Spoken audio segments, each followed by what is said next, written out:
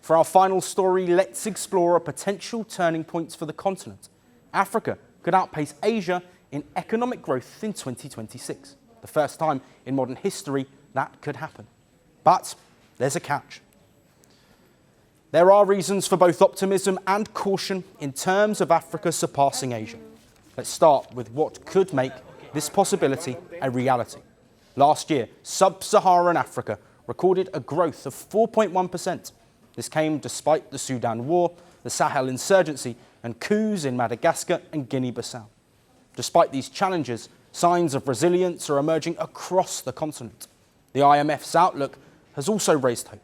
It has predicted a 4.4% growth for the region, as compared to 4.1% for Asia for 2026.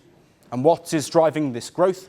First is a weak dollar, which is good for cutting debt service payments and easing inflationary pressure. The second is high commodity prices, especially for gold and copper. Some African countries have also made remarkable strides, starting with Ivory Coast. It has been growing at between 6 and 7% for the past 15 years, as it recovers from civil war and diversifies economically. Other countries performing well are Ethiopia, Ghana, Mauritius, Rwanda and Senegal. According to the IMF, next year at least half of the top 20 fastest growing economies will be in Africa. The continent is also benefiting from a demographic advantage. By 2050, analysts predict that more than 1 in 4 people in the world will be African, and the continent will have a larger working age population than China and India combined. Plus, Africa has the potential to grow faster in percentage terms because many of its economies are weaker, smaller, and still catching up. Even if Africa doesn't surpass Asia's growth rate in 2026, the combination of demographics and different stages of development makes this outcome likely in the years to come. Turning now to Asia, the outlook for 2026 paints a slowdown.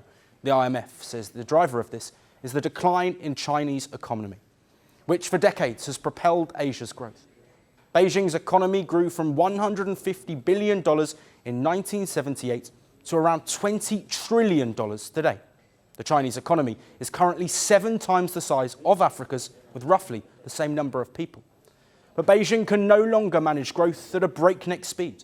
It is because the Chinese workforce is aging and therefore shrinking. Despite the promising figures, Africa has a long way to go to replicate Asian-style transformation. A growth of 4 to 5% is not enough for that.